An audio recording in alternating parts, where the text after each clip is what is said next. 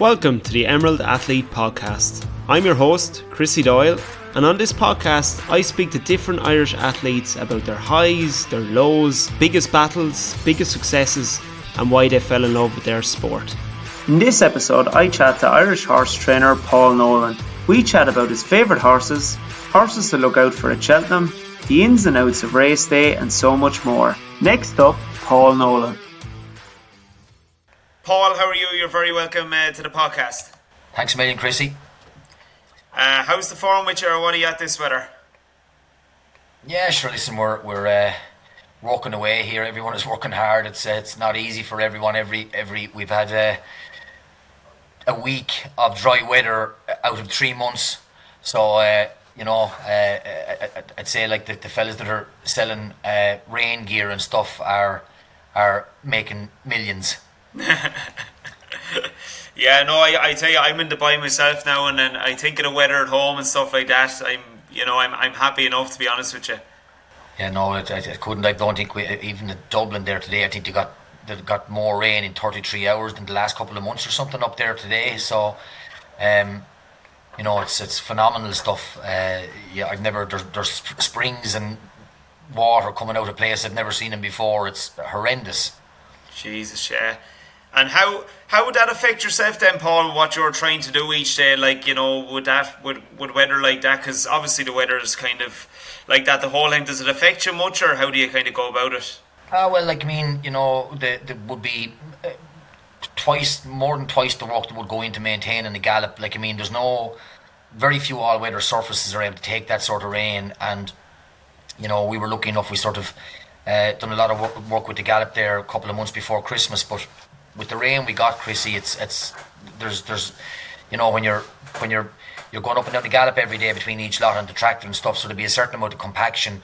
But John Ormond is out there now at the moment as well, turning the main gallop, and that wouldn't have to be done normally only once a year, but we're doing it for the second time now, from not only trying to just loosen up the sand again from the top to the bottom to let it soak down through it, because the forecast is to get very cold the weekend and a whole wet week next week again. So, but listen, that's the way it is, and everyone is in the same boat, but it just makes it tougher on everyone, including the people working for you. Like it's terrible on them every day getting up on get out in that terrible weather. But listen, they're great, and that's the way it is. Yeah, I know. I suppose you just have to deal with it, unfortunately. And Paul, what would an everyday? Because I've always wondered for the likes of yourself as a trader, like what would every day look like for you? You obviously have a great team around you. What would every day look like for you? Yeah, well, I'm a little bit different, because I'm not saying I'm different, but I just do things. I tend to just do a lot of what I think is a lot of physical work myself. I get up early because I get a gut on me fairly quick, Chrissy, so I don't do any gym work or running or anything like that. So I have to keep doing something physical, or I turn into an elephant. So basically I start and do a bit of physical work in the morning before the lads come in, and then the lads, James, my brother, and my son Barry, they'd probably start around 7 o'clock, and I'd be a bit earlier than that, and the lads come in then at 8 o'clock, and they work. Then we've a lot of half day people. They'd work till 1 o'clock, but then we've the guys that are full time here, and they'd stay going till 5 o'clock, and they're finished then. But it's it's an awful lot easier during the summer. It's tougher on the people working for you, in the winter. But listen, that's the way it is. Yeah, and would you take out, I suppose, the horses each day just for? Would there be jockeys coming in and out and stuff then, Paul, each day to ride and stuff like that, or what would the story be? Yeah, there would. Yeah, there would, Chrissy. We would have, we'd have roughly about 12 per lot, and we'd have, we some of the smaller, we'd be a small stable, as regards some of the bigger ones, but we'd have about 12 horses per lot. Maybe on a Saturday a few more, because there'd be more people out of school and stuff like that. And then we would have we'll say Sean O'Keefe, Sean Flanagan, Conor Stone Walsh, Richie Deegan, Owen Staples. We've jockeys that come in and work a day a week as well, so that helps it helps get the work done for the lads in the yard as well. It's done that little bit quicker the more you have riding out. And on a Saturday then we'd have more people in that it can get done a little bit quicker on a Saturday. But that's basically, we'd have fluctuating between 50 and 60 horses riding out, so that have roughly 5 lots each. And but there's always room for more. We'd always be open to expand more because it's a numbers game, and the more you have, the more chances you have. Yeah, absolutely. And I'd say trying to, I suppose, bridge that gap as well, Paul, is kind of maybe hard with the big trainers as well. How do you try and bridge that gap, or do you just kind of keep working along the best you can and building it up, or what do you think that way?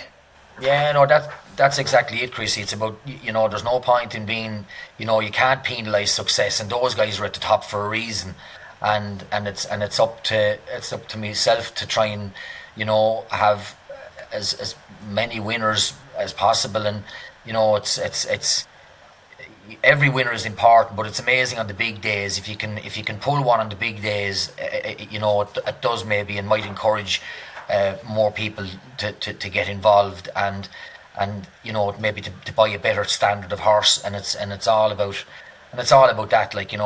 Normally, the people that win in the sales ring will win on the track. It's the very same as the bigger teams being able to buy the better players.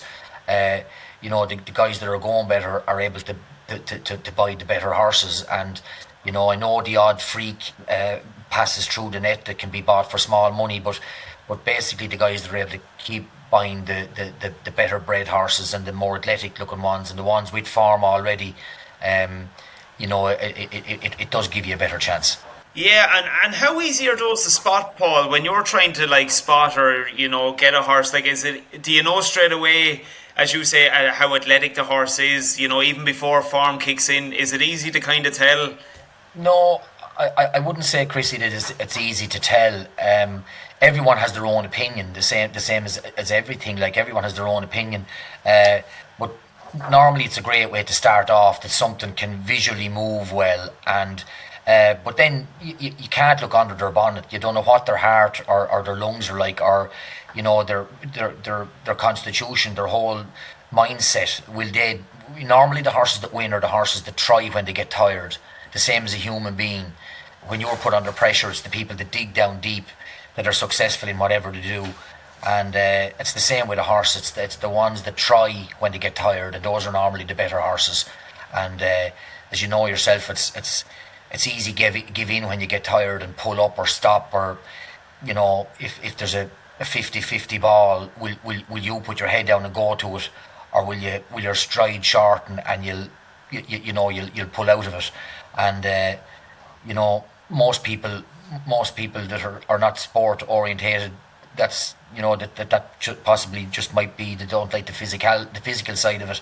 And it's the same with a horse. Normally the real good ones, and the ones that win the grade ones, they're normally the ones that dig deep, and that's why occasionally you can have a cheap one that might look fantastically physically wise, or mightn't have a great pedigree, but he could have a great mentality, and he might keep and that's why there's always a chance. Yeah, absolutely. And Paul, as well, just I was wondering, because you've had some great horses like Miss Milner, John Call, Noble Prince. Have you got a favourite horse from over the years that you've had?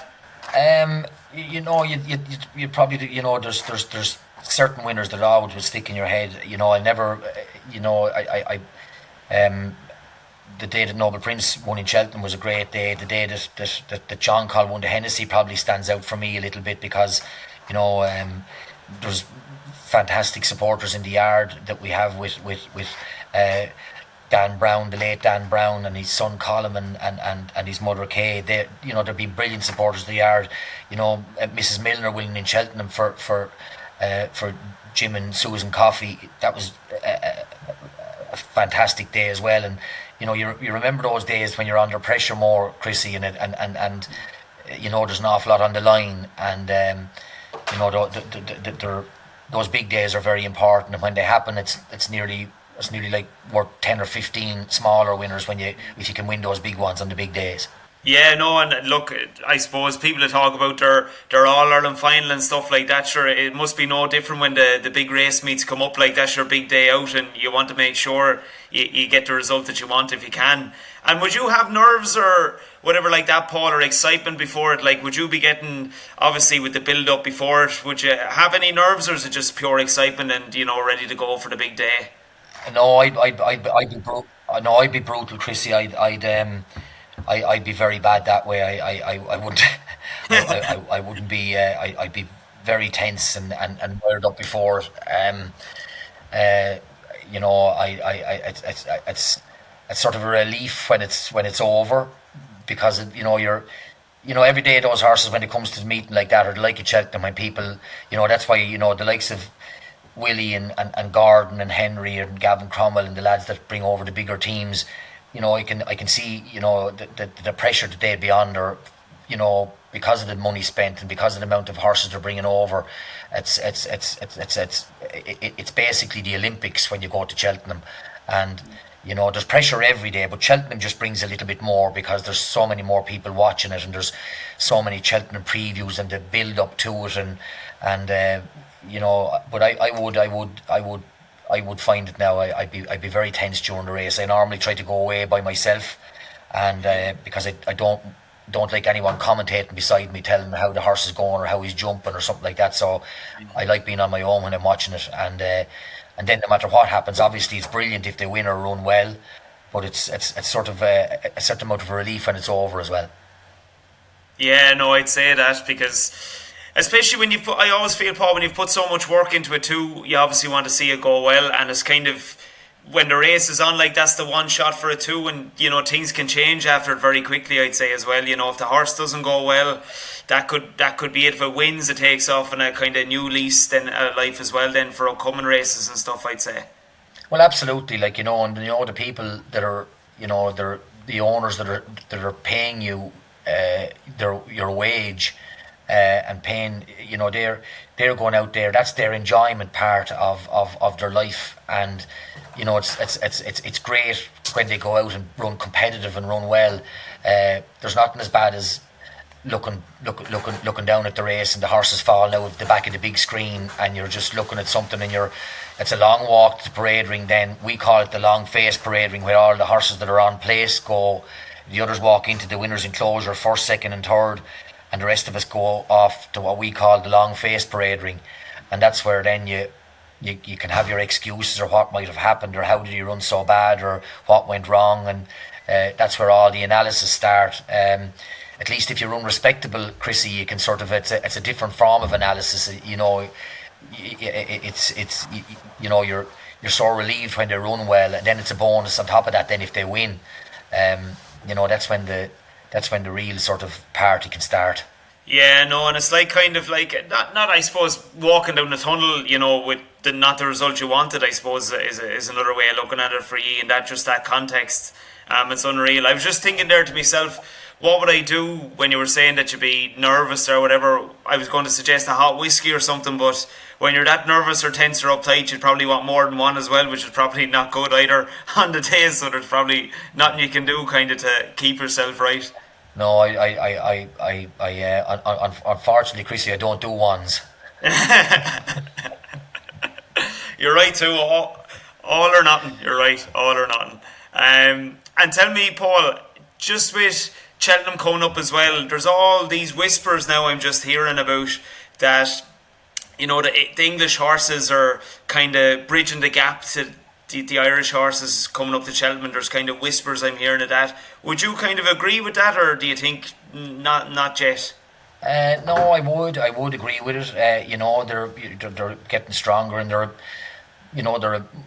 a fantastic supporter of racing. Like, I mean, Irish breeders and all would be in some trouble, Chrissy, if the English weren't buying the horses, and I just feel like I would feel there's a certain amount of maybe sour grapes about the Irish success in the last 15 years. I mean, how long did we go for 40 and 50 years with 1 and 2 winners each festival, and then when the pendulum changes the other way and swings the other way, there's big investigation into all this, and the whole handicap system has changed, and all that sort of crack. So it wasn't changed. It wasn't changed when they were winning everything.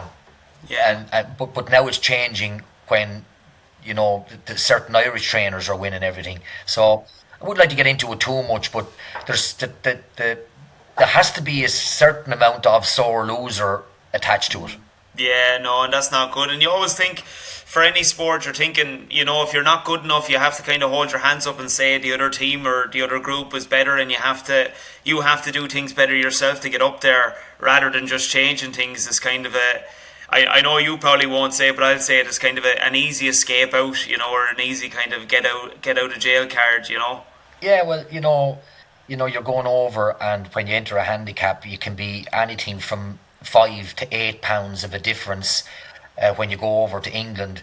And that's not saying there could be an Irish horse as well that you could go in off a different mark, that the English handicapper might assess it differently. And I just think that it's very unfair to the Irish handicappers. Paul, tell me, how did you get a start in racing, or how did you get into it? It was just basically, Chrissy, I wouldn't have had anything to do with horses and stuff. So basically, it would have been a case of sort of failed farming, and knowing that there was no future in just the dry stock and tillage that we were involved in, that you wouldn't get a decent wage, and my father get a living out of it, and mother, and the rest of us, it just wasn't possible. And so I definitely had to do something else, and it just basically ended up, I went up to Jim Bulger's to work there for a year, and came back and start getting a few horses, and I went from 2 to 5 to 10 to 30 to 40 to 50 to 60. That's basically, it just went up. It went like that, from not being involved or not being able to ride to just being thrown in at the deep end, and thankfully we got lucky and we were able to make a living out of it. Unbelievable. And how big of an influence was Jim Bulger for you, Paul? I was just, listen, when I went up there, I hadn't a notion, and I was up there with Colin Bowe and all those guys, with Paul Carberry, and Aidan O'Brien had just left. He just left a couple of days before I went up, and Tony McCoy was up there, and they got to know an awful lot of those guys, and from someone I never even put a head collar on a pony, and within 2 days of being up there, I was riding out in front of the gym. So it wasn't a pleasant sight, now I have to say. But anyway, I bluffed my way around it, and no one got killed. I didn't get hurt myself, or I didn't hurt anyone else either. So we came out with the right side of it. But I had a great experience up there, and I enjoyed it. Unbelievable, yeah. And was there like a moment where it hit you, Paul, when maybe you had your own stable and you started, as you said, going from 2 to 5? Was there a moment where you said, "Geez, I'm doing well at this now. This is what I want, and it's going well"? Was there a kind of a peak moment for you like that, where you felt it? No, I wouldn't think there was a sort of a moment like that. It sort of happened when you had a few winners, that you just got more horses, and basically that time when you were starting off, like you were charging so little and all as well, Chrissy. It was sort of, you possibly could be getting other fellas from leaving other yards and stuff, and then when you start getting established a bit, you up your fees to make it sensible, because basically, like, you'd just be a busy fool. But it was the only way to sort of get going, that you were charging so little that you were giving people a chance to, that maybe horses that didn't sell at the sales, that would come and give you a chance with it. And if I had been more expensive, I probably wouldn't have got started. So it's easy to say it, but you have to get started somewhere, and that's the way it was. Yeah, unbelievable. And I think building it from the bottom to kind of where you are now, because you've come so far, Paul, is an unbelievable feat too, and feeling to kind of be there at the groundwork, of it all yourself, and just to see it grow, like, is an amazing thing too. Because sometimes you can maybe come in on something and that's great and do your part, but to be there from the beginning to where you are now is unbelievable. I at the end of the day, it's several fellas.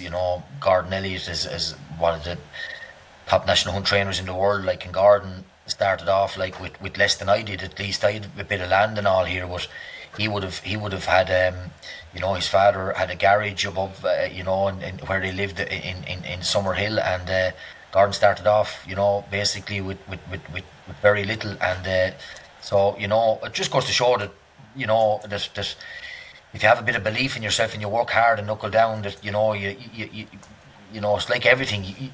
There's nothing for nothing, and we had the breaks and we got lucky to get ourselves started, and thankfully, it's like what I said, Chrissy, we're not going to break any records, but we're making a living out of it, and we're doing the best with what we have.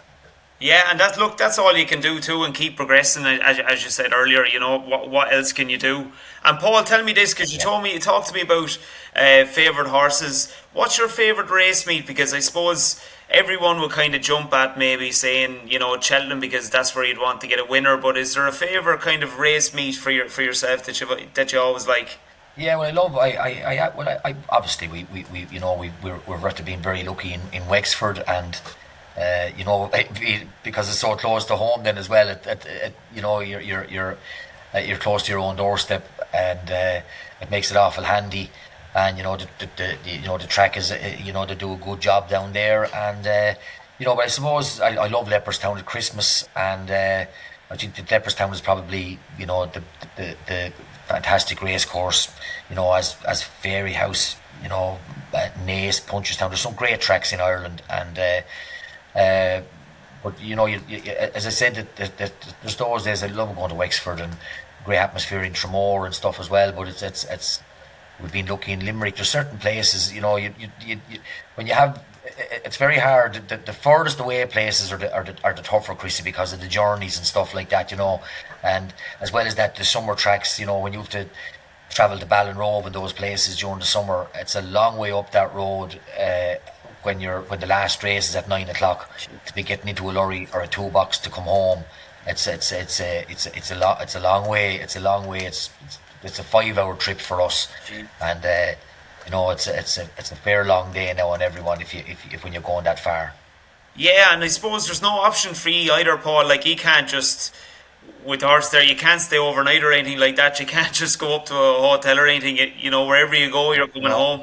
Yeah, that's it. But it's it's all those tracks they're brilliantly well run now. Killarney is a great place down there as well. The social end of it and all is brilliant, and but those most of those tracks now they're looked after brilliant now. Chrissy, it has they've developed and all so much and making it customer friendly, and also the tracks are far better looked after, and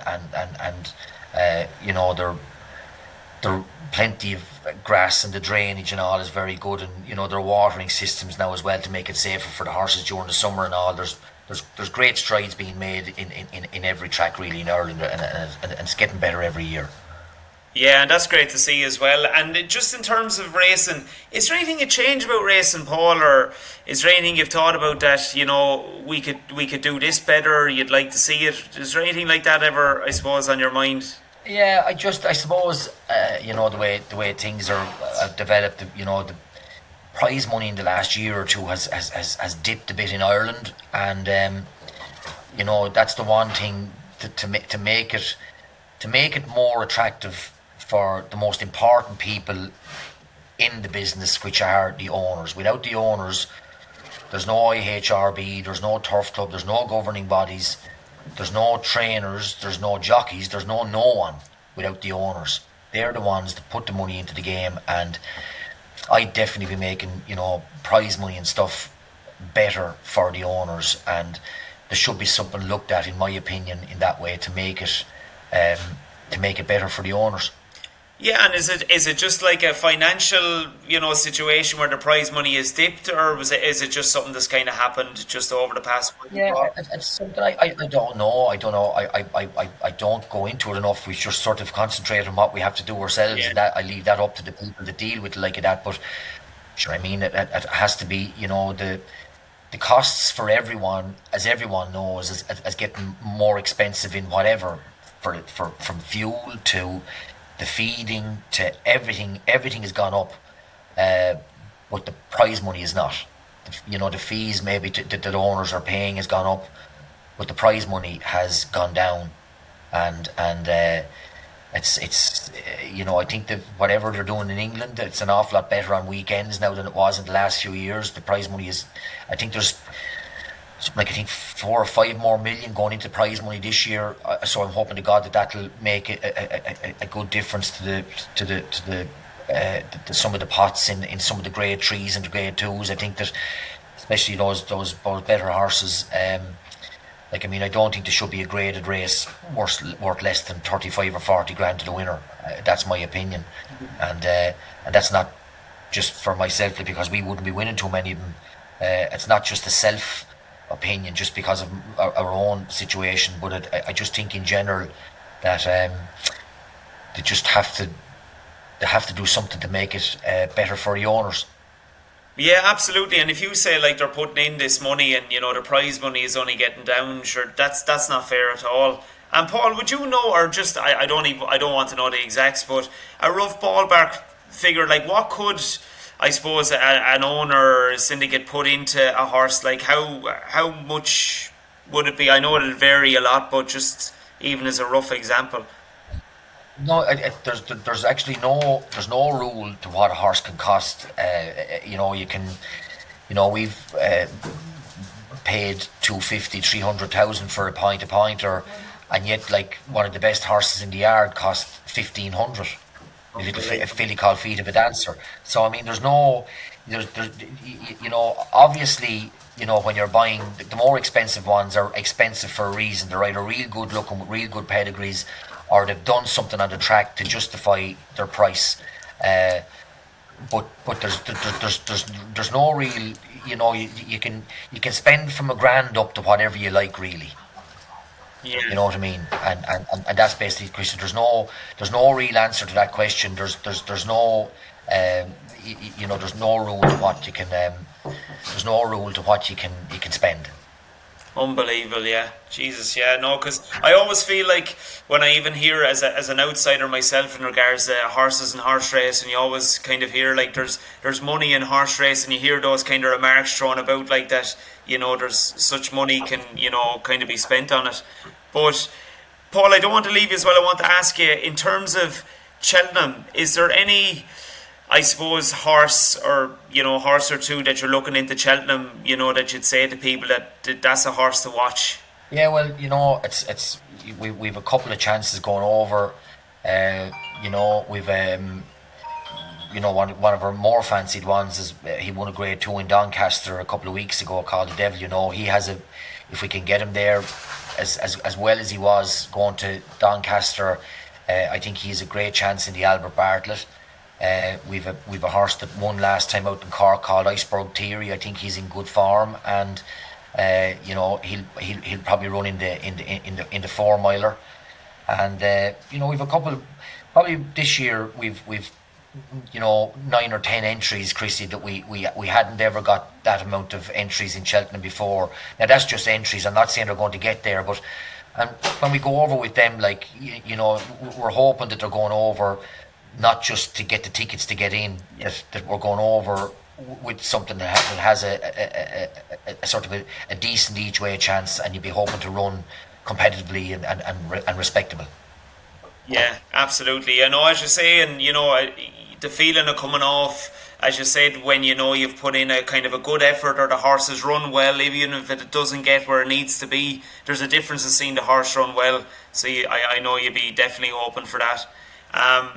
Absolutely. Paul, it's been great having a chat with you, especially for someone who wants to know more about horses, considering when I go to put a bet on or anything I seem to do, I come out money short, the whole time or whatever like that. So it's great to learn a bit anyway from you. And look, the best of luck with Cheltenham. I definitely hope you can punch above your weight as much as possible as well, and hopefully get a few winners on board. That'd be great. No bother, listen, my pleasure, Chrissy, anytime. Perfect. Thanks, Paul. Thanks for listening to the Emerald Athlete podcast. If you enjoyed the episode, make sure to leave a review, and don't forget to check out our Instagram page, the Emerald Athlete Podcast.